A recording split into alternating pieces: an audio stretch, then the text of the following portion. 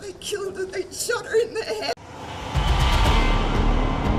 Israel के खूंखार हमलों पर अमेरिका के दोहरे मापदंड को देखकर ही तुर्की अब इजराइल के खिलाफ खुलकर जंग के मैदान में कूद पड़ा है। कुछ रिपोर्ट्स में दावा किया गया है कि तुर्की के हजारों सैनिक, टैंक, तोप और लड़ाकू विमान जंगी तैयारी करने लगे हैं। अब ऐसे में सवाल उठता है कि क्या तुर्की सैन्य तौर पर इतना ताकतवर है कि तुर्की के इस्तांबुल से इजराइल की राजधानी तेल अवीव पर हमला कर सकता है? जानकारों के मुताबिक इजराइल के तेल अवीव से तुर्की के इस्तांबुल की दूरी लगभग 1200 किलोमीटर है। इतनी दूरी तक तुर्की आसमान से इजराइल पर अपने घातक TB2 ड्रोन, फाइटर जेट और मिसाइलों से हमले कर सकता है। पहले आप ये जान लीजिए कि तुर्की और इजराइल की सैन्य ताकत में कौन बाजी मार रहा है।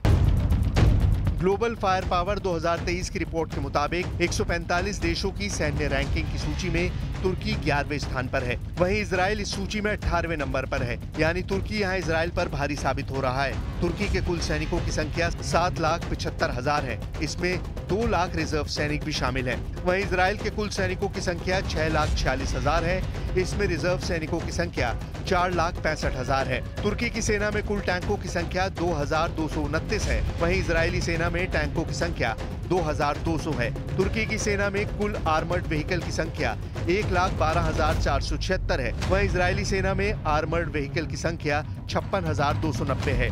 तुर्की की सेना में खींचकर ले जाने वाली तोपों की कुल संख्या 1,938 है, तो वहीं इजरायली सेना में इन तोपों की संख्या सिर्फ 300 है। तुर्की की सेना में कुल रॉकेट आर्टिलरी की संख्या 516 है, वहीं इजरायली सेना में टोड आर्टिलरी की संख्या 300 है। इजरायली वायुसेना में कुल विमानों की संख्या 601 है, वहीं तुर्की की वायुसेना में कुल विमानों की संख्या 1,065 है। वहीं इजरायली नौसेना के पास कुल नौसैनिक पोत की संख्या 67 है। तुर्की की नौसेना में 16 फ्रिगेट शामिल है, वहीं इजराइल के पास एक भी फ्रिगेट नहीं है। तुर्की के पास कुल 205 लड़ाकू विमान है, उनमें एक भी हमलावर विमान नहीं है। वहीं इजराइल के पास 241 लड़ाकू विमान, 32 हमलावर विमान है।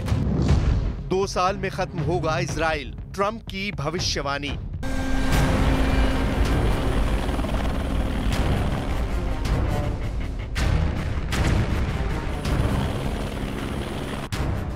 आंकड़ों को देखकर साफ कहा जा सकता है कि इजराइल की तुलना में तुर्की सैन्य लिहाज से जरा भी कमजोर नहीं है। इस वक्त तुर्की मिस्र, ईरान, लेबनान और सीरिया जैसे देशों को एकजुट करने में लगा है। उधर रूस के राष्ट्रपति पुतिन और तुर्की के राष्ट्रपति अर्दोआन गाजा, लेबनान और सीरिया पर हो रहे इजरायली हमलों को लेकर कई गुप्त प्लान बना चुके हैं। दावा तो यहाँ तक किया गया है कि नेटो के कई देशों को पुतिन ने अपनी तरफ मिला लिया है।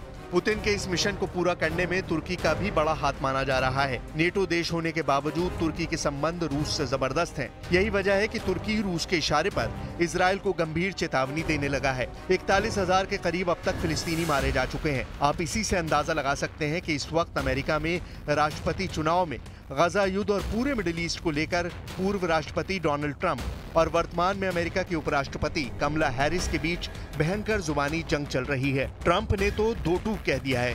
कमला हैरिस इजराइल से नफरत करती हैं और अगर कमला हैरिस राष्ट्रपति का चुनाव जीत गई तो 2 साल में इजराइल का वजूद खत्म हो जाएगा। पब्लिक डिबेट में ट्रंप का ये हैरान करने वाला बयान इजराइल के लिए गंभीर खतरे की घंटी है। But when she mentions about Israel, all of a sudden, she hates Israel. She wouldn't even meet with Netanyahu when he went to Congress to make a very important speech. She refused to be there because she was at a sorority party of hers. She wanted to go to the sorority party. She hates Israel. If she's president, I believe that Israel will not exist within 2 years from now. And I've been pretty good at predictions, and I hope I'm wrong about that one. She hates Israel. Trump के बयान से आप अंदाजा लगा सकते हैं कि Israel गजा युद्ध में बुरी तरह से फंस गया है। अब तो नेटो देश तुर्की भी इजराइल से 2-2 हाथ करने को तैयार है। अब ऐसे हालात में भी इजरायली सेना गजा से लेकर वेस्ट बैंक तक ताबड़तोड़ हमले कर रही है। इधर खबरें ये भी आ रही हैं कि नेतन्याहू ने अपने टॉप कमांडरों को साफ समझा दिया है कि अगर हम सीज फायर करते हैं तो हमास को दोबारा जिंदा और अपनी ताकत हासिल करने का मौका मिल जाएगा। इसलिए इजरायली सेना ने पिछले 8 दिनों से गजा और वेस्ट बैंक में हमले तेज कर दिए हैं। न्यूज़ 18 इंडिया चौपाल, एक ऐसा मंच जहां जब जब बात निकलेगी तो सिर्फ दूर तक नहीं बल्कि दुनिया के कोने कोने में जाएगी, क्योंकि इस बार बात होगी भारत के वैश्विक महाशक्ति बनने के लक्ष्य पर। सरकार, समाज, सेलिब्रिटी और स्पोर्ट्स स्टार्स के साथ न्यूज़ 18 इंडिया चौपाल देखिए सिर्फ न्यूज़ 18 इंडिया पर।